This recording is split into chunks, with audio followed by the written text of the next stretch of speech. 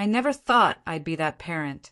The one screaming from the bleachers, questioning every coaching decision, living vicariously through their kid's athletic career. But there I was, clutching my coffee cup, so tight I thought it might shatter, watching my son David warm the bench for the third consecutive game. Columbus High's football stadium was packed that Friday night in November. The air was crisp, filled with the scent of hot dogs and the sound of marching band drums. Our team, the Eagles, was facing their biggest rivals, the Westfield Warriors, in what could determine who went to the state championship. The whole town seemed to be there, parents bundled in team colors, students painting their faces, everyone holding their breath for what promised to be the game of the season. David sat at the far end of the bench, helmet in his lap, watching his teammates run plays he knew by heart. At 17, he wasn't the biggest kid on the team. At 5'8" and 165 pounds, he was what they called undersized for a linebacker. But what he lacked in size, he made up for in heart.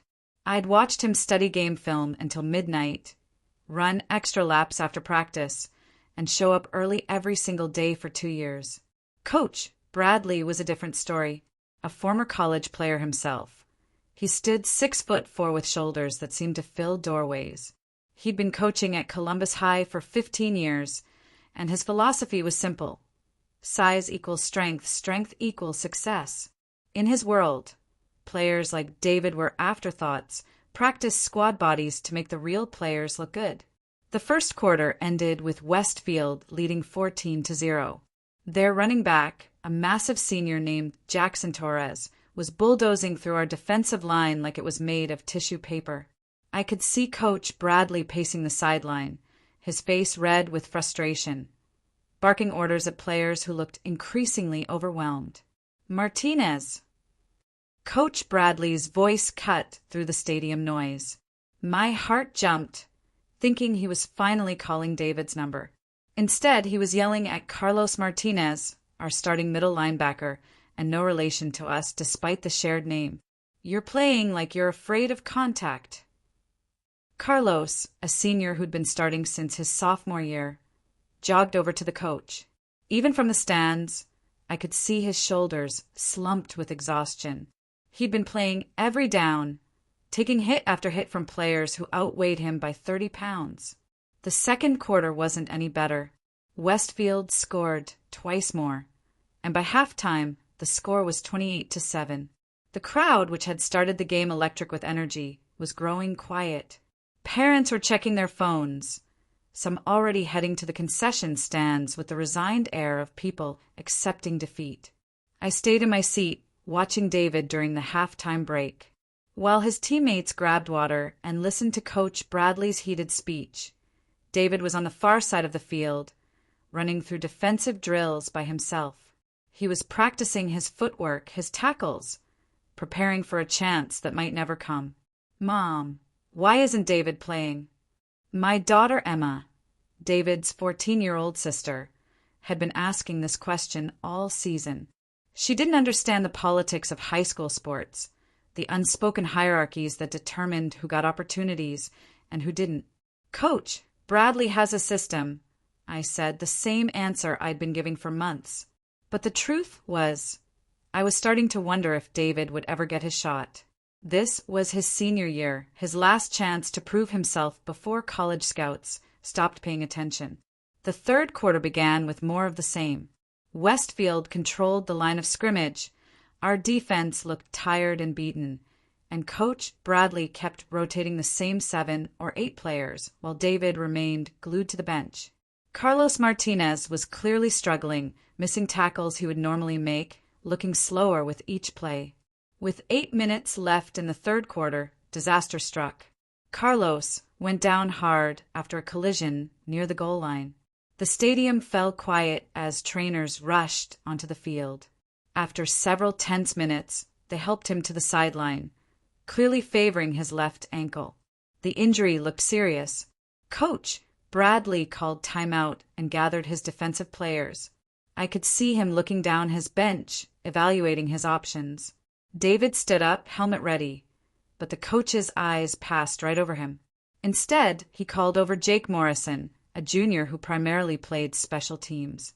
"Morrison, you're in at middle linebacker," Coach Bradley announced loud enough for half the stadium to hear.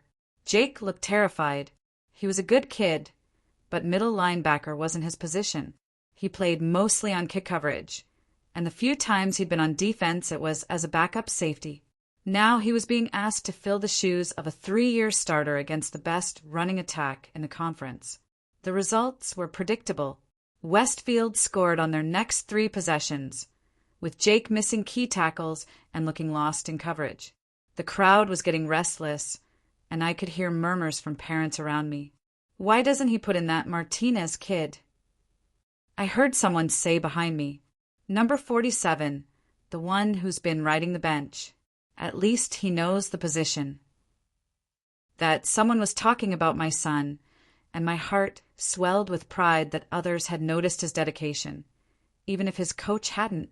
With 12 minutes left in the fourth quarter and the score 42-14, Coach Bradley finally made a decision that would change everything. But it wasn't the decision I was hoping for. "Martinez," he called, and for a split second my heart soared. Then I realized he was calling David over not to put him in the game, but to deliver news that would echo through that stadium and change our lives forever.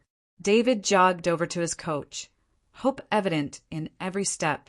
The stadium was still buzzing with conversation, hot dog vendors making their final rounds, and the marching band playing fight songs to keep spirits up despite the lopsided score.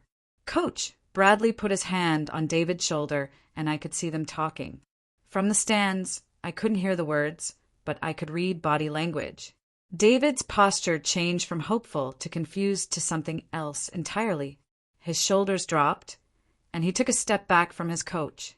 Then, in a moment that would replay in my mind for years to come, Coach Bradley's voice carried across the field, amplified by the stadium's acoustics and the relative quiet of a crowd that had given up on their team's chances. "You're too weak to play," he said, loud enough that the words reached the first few rows of bleachers. The effect was immediate and stunning. Conversations stopped mid-sentence. The marching band's fight song trailed off as even they seemed to sense something significant happening on the sideline. Parents stopped climbing the bleacher steps. Players on both teams who had been focused on the game turned to look toward the Columbus bench. In that moment of absolute silence, David did something that surprised everyone, including me. Instead of hanging his head in defeat or walking away in shame, he looked his coach directly in the eye and said something back. His voice was quieter than Coach Bradley's had been, but in the sudden quiet of the stadium, his words carried just as clearly. "Then give me a chance to prove you wrong." The silence that followed David's words felt eternal. 20,000 people seemed to hold their breath simultaneously, waiting to see how this confrontation between a bench player and his coach would unfold. Even the Westfield players had stopped their celebration and were watching our sideline with curiosity.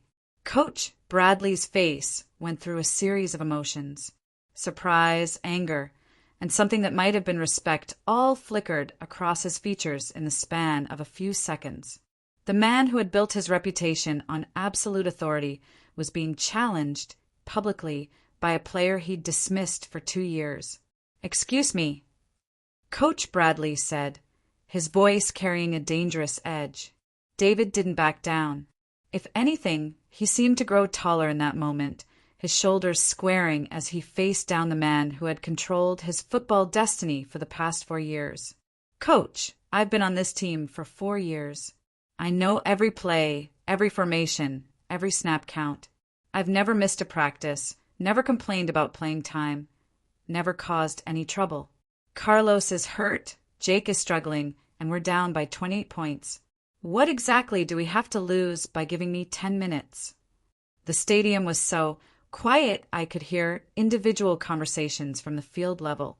Players from both teams were openly staring now, and I could see parents around me leaning forward in their seats, straining to catch every word of this unprecedented exchange. Coach Bradley looked around, seeming to realize for the first time that this conversation had become a public spectacle. His coaching staff stood nearby, equally unsure how to handle the situation. Assistant coach Rodriguez, who had always been more supportive of David, was nodding slightly, as if encouraging Bradley to consider the request. "You think you can do better than Morrison?" "Coach," Bradley asked, his tone skeptical but no longer angry. "I think I can't do worse," David replied, and there was no disrespect in his voice, just honest confidence. "And I think this team deserves to see every player who's willing to give everything for Columbus High get at least one chance to prove themselves." The crowd was starting to murmur now, and I could hear people around me voicing their opinions. "Give the kid a shot." "What's the worst that could happen?" "Let him play, Bradley." "Coach," Bradley looked up at the stands, then back at David. The game clock showed 8:47 remaining in the fourth quarter. Westfield was already starting to put in their second-string players, confident that the game was well in hand. "One series," Coach Bradley said finally. "One defensive series. If you give up a score, you're done. If you make a single mental mistake, you're back on the bench for good. Understood?" David nodded, so quickly I thought his helmet might fall off. "Yes, sir. Thank you, Coach." As David strapped on his helmet and ran onto the field, the stadium exploded.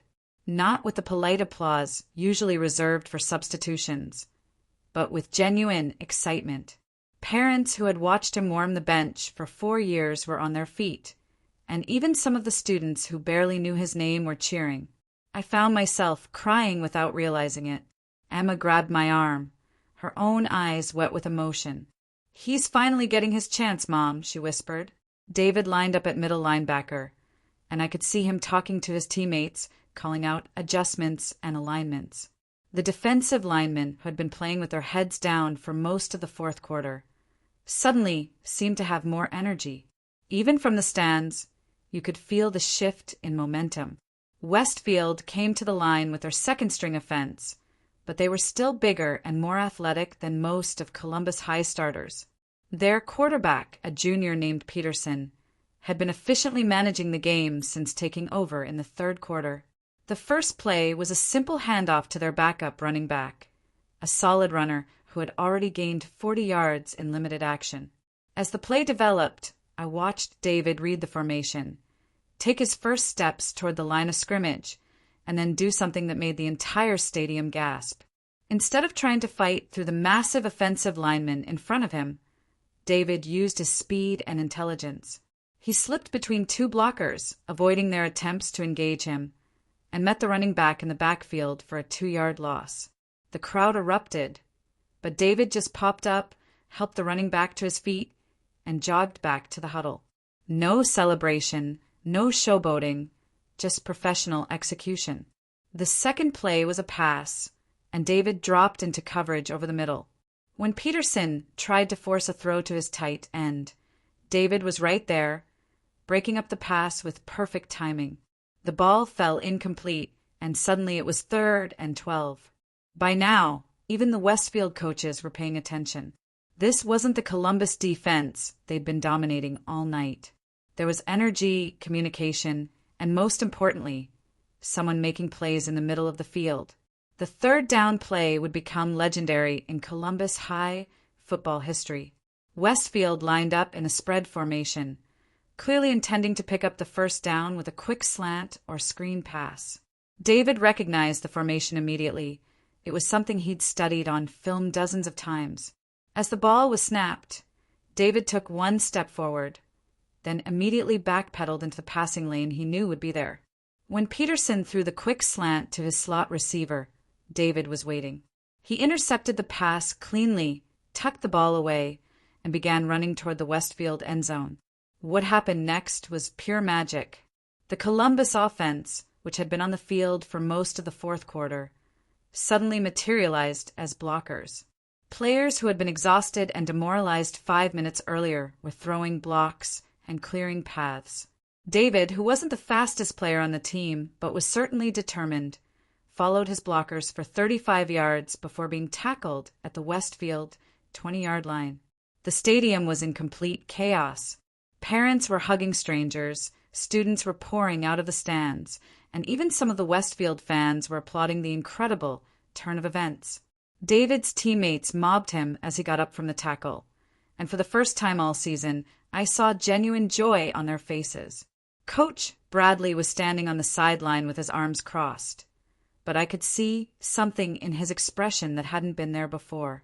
Maybe it was surprise, maybe it was pride, but it definitely wasn't the dismissive attitude he'd shown David for 4 years. The Columbus offense took advantage of the short field, scoring a touchdown 3 plays later. The extra point made it 42-21. Still a significant deficit, but no longer the hopeless blowout it had been minutes earlier. As the teams lined up for the ensuing kickoff, David jogged back to the sideline, expecting to be replaced by the regular defensive unit. Instead, Coach Bradley met him at the 20-yard line. "Stay in," the coach said simply. For the next 4 minutes and 37 seconds, David Martinez played linebacker the way he dreamed of playing for 4 years. He made 6 tackles, forced a fumble that Columbus recovered, and generally looked like he belonged on the same field as players who had been starting since their sophomore year. The final score was 42-28, still a loss, but somehow it felt like a victory. As the teams shook hands and players began walking toward the locker rooms, something unprecedented happened. The Columbus fans, instead of filing out disappointed, stayed in their seats and began chanting, "David, David, David." The chant grew louder and more organized until it seemed like the entire home side of the stadium was participating. Even some of the players on the field stopped and looked up at the stands, amazed by the outpouring of support for a player most of them had barely noticed all season. David stood at midfield, still wearing his helmet but with his chin strap undone, looking around at the crowd with an expression of pure disbelief. This was the moment every bench player dreams of, the validation that all those extra hours of preparation and all that quiet persistence had been worth something. As I made my way down from the stands to meet him, I could see Coach Bradley approaching David from the other direction. The conversation they were about to have would determine not just David's remaining games as a senior, but potentially his entire future in football. The locker room after the game was unlike anything I'd experienced in 4 years of Columbus high football. Usually, after a loss, especially one by 14 points to our biggest rivals, there would be disappointed silence, hushed conversations, and players getting dressed as quickly as possible to avoid prolonged misery. Instead, the atmosphere was electric. Players who had barely acknowledged David's existence for 4 years were patting him on the back, replaying his interception, and talking about the energy he'd brought to the defense. Even seniors who had been fixtures in the starting lineup were treating him like a longtime teammate rather than a bench warmer who'd gotten lucky. I waited outside the locker room with Emma and about 30 other parents who seemed reluctant to leave after witnessing something special. The usual post-game routine of quick goodbyes and rushed trips to the parking lot had been replaced by animated conversations about what we'd all just seen. "I can't believe Bradley kept him on the bench this long," I heard Mrs. Peterson saying to a group of other mothers. "That boy has been working harder than anyone on the team since his freshman year. Did you see how he read that offense?" Mr. Chin, whose son played offensive line, was gesturing enthusiastically. He knew exactly where that pass was going before the quarterback did. When David finally emerged from the locker room, he looked different. Not physically, but there was something in his posture, in the way he carried himself, that hadn't been there 3 hours earlier. Confidence, maybe, or just the relief of finally getting to show what he could do. Emma ran to him first, wrapping her arms around his waist in a hug that nearly knocked him over. "You were amazing," she said, her voice muffled against his Letterman jacket. "Everyone was cheering for you." David hugged her back, and I could see him scanning the crowd of parents, still lingering near the locker room entrance. When his eyes found mine, I saw a mixture of pride and uncertainty there. He was still processing what had happened, still unsure if this was a one-time opportunity or the beginning of something bigger. "Mom," he said as I reached him, "did you see?" "I saw everything," I interrupted, pulling him into a hug that I'd been waiting 4 years to give. I'm so proud of you, not just for how you played, but for how you handled yourself with Coach Bradley. That reminded me of something I'd been wondering about since watching their sideline conversation. What did he say to you after the game? David glanced around at the other parents and players still milling about, then lowered his voice. He wants to see me in his office Monday after school. Says we need to talk about the rest of the season. The rest of the season. Columbus High had 3 games remaining in the regular schedule, plus potentially the playoffs if they could win at least 2 of those games. After tonight's performance, despite the loss, there was renewed hope that this team might be capable of more than anyone had expected. As we walked toward the parking lot, David's phone started buzzing with text messages and social media notifications. Word of his performance was already spreading beyond just the people who had been at the game. Someone had posted video of his interception on Instagram, and it was being shared and commented on by students from other schools, local sports reporters, and even some college recruiters who followed high school football in Ohio. David Martinez with the pick six, the video caption read, though technically it had been an interception return for significant yardage rather than a touchdown. Where has Columbus been hiding this kid? That question would be asked frequently over the next few days. By Sunday morning, David's story had been picked up by the Columbus Dispatch's high school sports section. The headline read, Bench Players' Moment of Truth Sparks Columbus High Rally, and the article detailed not just his on-field performance, but also the dramatic confrontation with Coach Bradley that had led to his opportunity. The reporter, Mike Sullivan, had apparently stayed after the game to interview players and coaches.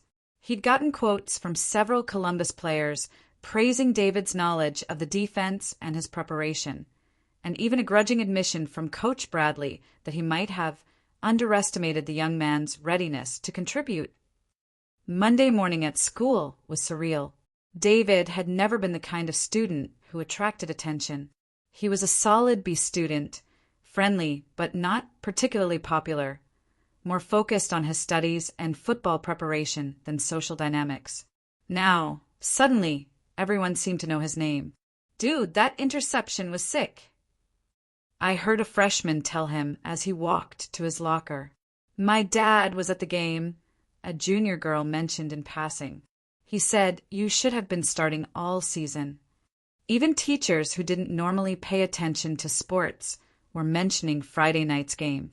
Mrs. Rodriguez, his AP history teacher, started class by congratulating him on his performance and using it as a segue into a lesson about perseverance and seizing opportunities. But the real test would come that afternoon in Coach Bradley's office. David arrived at the football building at 3:30, as requested, carrying his backpack and wearing the nervous expression of a student who wasn't sure if he was in trouble or being rewarded. The coach's office was a shrine to Columbus High football history, with photos of championship teams, newspaper clippings of great victories, and trophies dating back to the 1970s. Coach Bradley was sitting behind his desk, reviewing game film on his laptop when David knocked on the open door. Come in, Martinez. Close the door behind you. David did as instructed, then stood awkwardly in front of the desk, unsure whether he should sit in one of the chairs or wait for permission. Sit down, Coach, Bradley said without looking up from his screen. I've been watching film from Friday night. Want to see something interesting? He turned the laptop around so David could see the screen. The video showed the defensive series David had played, but from the coach's overhead camera angle rather than the broadcast view most people had seen. Watch yourself on this first play, Coach Bradley said, pointing to the screen. See how you read the guard's footwork? You knew it was a run to the weak side before the handoff even happened. David watched himself on the screen, seeing his own performance from a different perspective. From this angle, you could see how he'd processed the offensive formation, made his initial read, and then adjusted when the play developed differently than expected. Now, watch this, Coach, Bradley continued, clicking to the interception play. You're not just reacting here. You're anticipating. You knew that slant route was coming because you'd studied their tendencies. That's not luck. That's preparation meeting opportunity. The coach closed the laptop and leaned back in his chair, studying David with an expression that was hard to read. "I owe you an apology," Coach Bradley said finally. "I've been coaching high school football for 15 years, and I've always believed that physical tools were more important than intangibles. Size, speed, strength. I thought those were the only things that mattered at this level." He paused, seeming to choose his words carefully.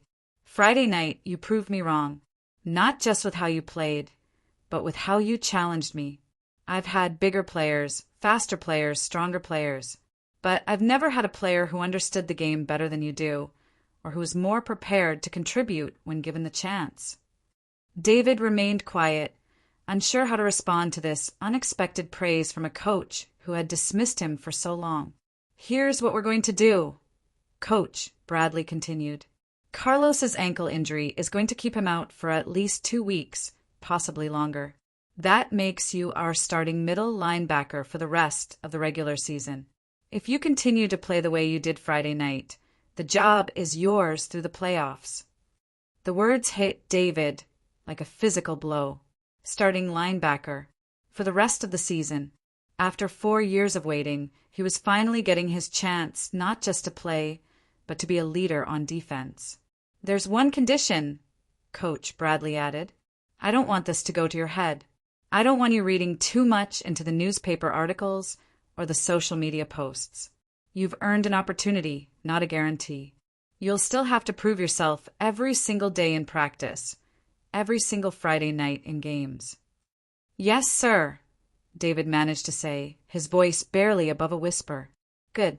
Now get out of here and go tell your mom the news. Something tells me she's been waiting a long time to hear it." 3 weeks later, Columbus High was preparing for their first playoff game in 5 years. The transformation had been remarkable, not just in David's personal story, but in the entire team's trajectory. With David anchoring the middle of the defense, Columbus had won their final 3 regular season games, including a stunning 21-17 victory over previously unbeaten Harrison High. The defense, which had been giving up an average of 31 points per game before David's insertion into the lineup, had allowed only 14 points per game over those 3 victories. More importantly, the entire unit was playing with a confidence and cohesion that had been missing for most of the season. David's statistics were impressive. 27 tackles, 3 interceptions, 2 forced fumbles, and 1 fumble recovery in 3 games. But the numbers didn't tell the whole story of his impact. His pre-snap reads and adjustments had helped his teammates understand their assignments better. His vocal leadership in the huddle had brought a level of communication to the defense that had been lacking all season. College recruiters had started showing up at practices and games. Nothing from major Division I programs yet, but several Division II and Division III schools had expressed interest in a linebacker who seemed to have an intuitive understanding of defensive football that couldn't be taught. The local media had embraced David's story wholeheartedly. He'd been featured in 3 newspaper articles, interviewed on 2 radio shows, and was scheduled to appear on Columbus Sports Today, a local television program, the week after the playoff game. But for all the external attention and validation, the most meaningful changes were happening within our family and our community. David's confidence had blossomed in ways that extended far beyond football. His grades, which had always been solid, improved to honor roll level as he found himself more engaged in all aspects of school life. He'd been elected to the student council for the spring semester, something he never would have considered before his breakthrough moment on the football field. Emma had become her brother's biggest fan and unofficial publicist, wearing his jersey number to school and organizing groups of students to attend games.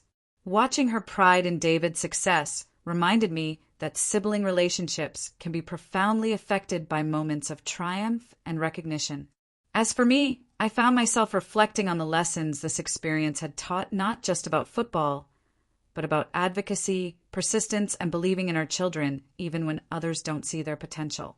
The Thursday before the playoff game, David came home from practice with an unusual expression on his face. Not worried, exactly, but thoughtful in a way that suggested something significant had happened. "Coach, Bradley pulled me aside after practice," he said as we sat down for dinner. He wanted to talk about leadership and expectations. "What kind of expectations?" Emma asked, always eager to hear about David's football adventures. He said that being a starter means more than just playing well on Friday nights. It means setting an example for younger players, helping teammates improve, and representing the school in a way that makes everyone proud. David paused, pushing food around on his plate as he organized his thoughts. He also said something that really got me thinking. He said that my story, the way I handled being on the bench for so long and then made the most of my opportunity, is already inspiring other kids in the program. Freshmen and sophomores who might not be the biggest or fastest players, but who work hard and stay ready. This was something I'd noticed too, during my visits to practices and games. Younger players were approaching David with questions about technique, study habits, and mental preparation. He'd become an unofficial mentor to kids who saw themselves in his journey. "There's a freshman linebacker named Tommy Chin," David continued. "Kid's about 5'6", maybe 140 pounds. Reminds me a lot of myself 3 years ago. He's been asking me about film study, about how to prepare for opportunities that might not come right away. Are you helping him?" I asked. "I've been staying after practice with him twice a week, going over defensive concepts and watching film together. Coach, Bradley noticed and asked if I'd be interested in becoming an official mentor for the underclassmen players, kind of like a player coach role." The idea of David transitioning from overlooked bench player to team leader in the span of a month was almost surreal, but it made perfect sense. His experience of having to earn everything through preparation and perseverance had given him insights that natural athletes might never develop. Friday night's playoff game against Jefferson High was everything you could want from high school football drama. The stands were packed with Columbus fans who had been energized by the team's late-season turnaround, and there was genuine excitement about the possibility of a deep playoff run. Jefferson brought a powerful running offense and an undefeated record into the game. Their tailback, Marcus Williams, had rushed for over 1,800 yards during the regular season and was being recruited by several Big Ten schools. The game plan for Columbus was simple: stop Williams, force Jefferson to throw the ball, and capitalize on any mistakes. David's preparation for this game had been meticulous. He'd studied film of Williams for hours, analyzing his running style, his preferred cuts, and his tendency to set up defenders with subtle moves before making his decisive cuts. He'd also worked with the coaching staff to develop specific defensive adjustments designed to neutralize Jefferson's most effective running plays. The first quarter was a defensive battle, with both teams struggling to move the ball consistently. David was everywhere, making tackles, calling out adjustments, and helping his teammates maintain proper spacing and leverage against Jefferson's complex running schemes. Late in the second quarter, with Columbus trailing 7-3, Jefferson faced a 3rd and 6 situation at the Columbus 38-yard line. It was exactly the kind of critical down where David's preparation and instincts could make the difference between giving up a potential touchdown drive and forcing a punt. As Jefferson came to the line, David recognized the formation immediately. It was the same play concept they'd used to score their touchdown, a delayed handoff designed to take advantage of aggressive linebackers who bit too hard on play-action fakes. Instead of charging forward when the quarterback began his fake, David took a controlled step toward the line of scrimmage, then held his ground. When the handoff came, Williams found David waiting for him at the line, and the collision sent both players backward for a 2-yard loss. The tackle itself wasn't spectacular, but the game awareness and discipline it demonstrated were exactly what Coach Bradley and his staff had been hoping to see. David popped up from the tackle, helped Williams to his feet with a quick pat on the shoulder, and jogged back to the huddle without any celebration. The third quarter belonged to Columbus, with David directing traffic in the middle of the defense and making tackles that kept Jefferson's drives from gaining momentum. The offense was able to establish better field position and finally break through for 2 touchdowns. A 35-yard touchdown pass to senior receiver Mike Thompson gave Columbus a 10-7 lead, and a recovered fumble set up a short touchdown run that extended the advantage to 17-7. But Jefferson wasn't finished. Their desperation drive in the fourth quarter showcased exactly why Williams was attracting college attention. A series of cutback runs and screen passes moved the ball methodically down the field, and with 3:47 remaining in the game, they scored to cut the Columbus lead to 17-14. The ensuing possession would determine whether Columbus's season continued or ended. 3 straight running plays gained 8 yards, setting up a 4th and 2 situation at their own 43-yard line with 2:31 left on the clock. Coach Bradley called timeout, and the decision was clear: punt and trust the defense to make one final stop, or go for it and try to seal the victory with a first down. As the timeout ended, the Columbus offense took the field, but David noticed something that made him call his own timeout and run to the sideline. "Coach, they're showing blitz," David said urgently. "Both safeties are cheating up, and their weak side linebacker is lined up over the tight end. If we audible to the quick slant, Thompson's going to be one-on-one with their corner." "Coach," Bradley looked out at the Jefferson defense, then back at David. In that moment, the coach made a decision that encapsulated everything about how David's emergence had changed the team's dynamic. "Tell Henderson," Bradley said, referring to Columbus's senior quarterback. David ran onto the field, delivered the message, and then jogged to the sideline as the offense broke their huddle. The play worked perfectly. Henderson hit Thompson with a quick slant that turned into a 23-yard gain and a first down, effectively ending the game. As the final seconds ticked off the clock and Columbus celebrated their 17-14 victory, David found himself at the center of a team celebration that felt different from anything he'd experienced in 4 years of high school football. These weren't teammates tolerating his presence or acknowledging his effort. These were players who genuinely respected his contributions and credited him with helping transform their season. In the locker room after the game, Coach Bradley addressed the team with uncharacteristic emotion in his voice. "Gentlemen, we're moving on to the second round of the playoffs. That's an achievement this program hasn't reached in 5 years. But more importantly, we're moving on as a team that has learned something valuable about recognizing talent, giving opportunities to players who earn them, and supporting each other regardless of how long someone has been waiting for their chance." He looked directly at David as he continued. "David Martinez has shown all of us what it means to be prepared when opportunity comes. But he's also shown us something else. He's shown us that leadership isn't about being the biggest or the fastest or the most recruited player on the team. It's about understanding your role, helping your teammates succeed, and never giving up on your dreams, even when other people don't believe in them."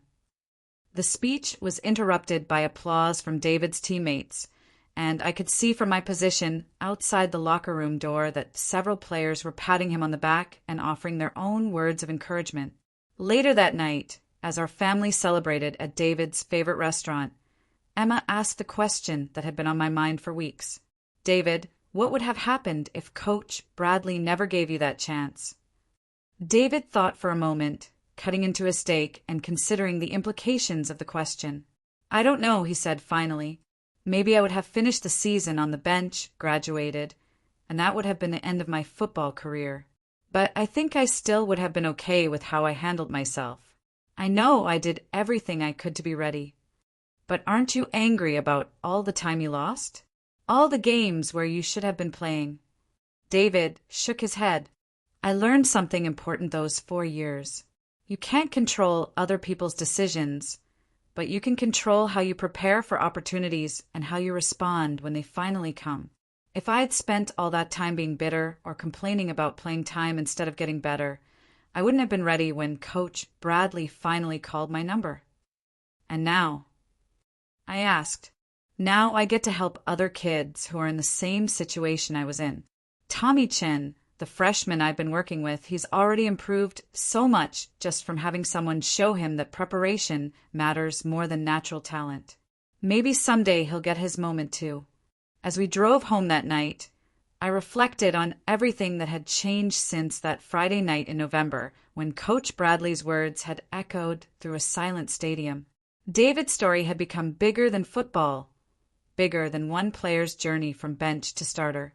3 days later, David received his first official letter of interest from Oberlin College, a Division III school with an excellent academic reputation and a football program that valued intelligent, prepared players over pure athletic ability. The letter praised his exceptional football IQ, leadership qualities, and the kind of character that makes teams better. But perhaps the most meaningful recognition came the following Tuesday, during the team's preparation for their second-round playoff game. Coach Bradley called David to the front of the meeting room and presented him with something unprecedented in Columbus High football history. This is the first time in my 15 years of coaching that I'm presenting this award during the season rather than at the end-of-year banquet. Coach Bradley announced to the assembled team. The Captain's Award traditionally goes to a senior who exemplifies leadership, dedication, and the values of Columbus High football. He handed David a small trophy engraved with his name and the words Captain's Award Mid-Season Recognition. David Martinez has shown us all what it means to earn respect through preparation, maintain dignity in difficult circumstances, and step up when your team needs you most. More importantly, he's already begun passing those lessons on to the next generation of Columbus Eagles. The applause from his teammates was genuine and sustained, but what struck me most was the expression on David's face. Not pride or satisfaction, but a kind of peaceful gratitude. This was a young man who had learned that the real victory wasn't in the recognition or the statistics or the college letters. It was in proving to himself that persistence, preparation, and character could overcome any obstacle. 2 weeks later, Columbus High's magical playoff run ended in the regional semifinals, a hard-fought 24-21 loss to the eventual state champions. David's final high school statistics were modest by most measures: 43 tackles for interceptions and 3 forced fumbles in 7 games as a starter. But his real legacy was already being written by players like Tommy Chen and half a dozen other underclassmen who had learned from David's example that opportunities come to those who stay ready, that leadership is earned through daily choices, and that sometimes the most important victories happen when no one is watching. At the end of season banquet, when Coach Bradley presented the team awards, he saved David's story for last. Ladies and gentlemen, this season taught all of us something about assumptions, about giving people chances, and about recognizing that talent comes in many different forms. David Martinez reminded us that heart, intelligence, and preparation can overcome any physical limitations. But more than that, he showed us how to handle adversity with grace and how to lift up others who are facing similar challenges. The coach paused, looking out at an audience that included college recruiters, local media, school administrators, and dozens of families who had watched David's transformation from unknown bench player to team leader. In 30 years of involvement with high school athletics, I've never seen a single moment change not just one player's life, but an entire program's culture. When David challenged me on that sideline in November, he wasn't just asking for playing time. He was asking all of us to be better, to look harder, to give more chances, and to remember that every player on our roster has something valuable to contribute. The standing ovation lasted nearly 2 minutes. 6 months later, David enrolled at Oberlin College with a partial academic scholarship and a guaranteed spot on the football team. His freshman year statistics were solid. Starting linebacker by mid-season, 67 tackles, 2 interceptions, and recognition as the team's Rookie Leadership Award winner. But the story that meant the most to our family came from Tommy Chen's junior year at Columbus High. Tommy, who had grown to 5'8" and 170 pounds through dedicated training and nutrition, earned his first varsity start in the season opener. His first tackle was a textbook form tackle that limited the opposing running back to a 2-yard gain. After the play, Tommy got up, helped his opponent to his feet, and jogged back to the huddle without any celebration. Exactly the way David had taught him. From the stands, I watched Tommy's parents react to their son's moment of success with the same mixture of pride, relief, and joy I had felt 3 years earlier. The cycle was continuing, and the lessons David had learned during his long wait for opportunity were being passed on to a new generation of players who understood that preparation, character, and persistence could overcome any obstacle. After the game, I approached Tommy's father in the parking lot. "Your son played beautifully tonight," I told him. "Thank you," Mr. Chin replied, still beaming with pride. He's been working with David Martinez for 3 years, learning how to study film and prepare for his chance. David told him that if he stayed ready, the opportunity would come eventually. "And it did," I said. "Yes, it did. And Tommy's already working with some of the freshman players, teaching them the same lessons David taught him. I think David started something special here that's going to outlast all of us." As I drove home that night, I realized that the story that had begun with Coach Bradley's harsh words in a silent stadium had become something much larger than one player's journey. It had become a legacy of preparation, perseverance, and paying forward the opportunities that others had helped create. David's story reminded everyone who witnessed it that talent without opportunity is meaningless, but opportunity without preparation is wasted. Most importantly, it showed that sometimes the most profound changes in our lives come not from the moments when everything goes according to plan, but from the moments when we're forced to prove that we belong. The banner hanging in Columbus High's gymnasium now includes David's senior year among the regional semi-finalist teams, a modest recognition of a season that exceeded everyone's expectations. But the real monument to David's impact isn't found in trophies or banners. It's found in Tommy Chen's confident leadership of the defense, in the way Coach Bradley now looks more carefully at players who might not fit the traditional mold, and in the dozens of young athletes who learn that the key to seizing your moment isn't just being physically ready, but being mentally prepared to prove that you belong. Sometimes the most important victories are the ones that happen when the whole stadium goes silent and one voice has the courage to ask for a chance to prove everyone wrong.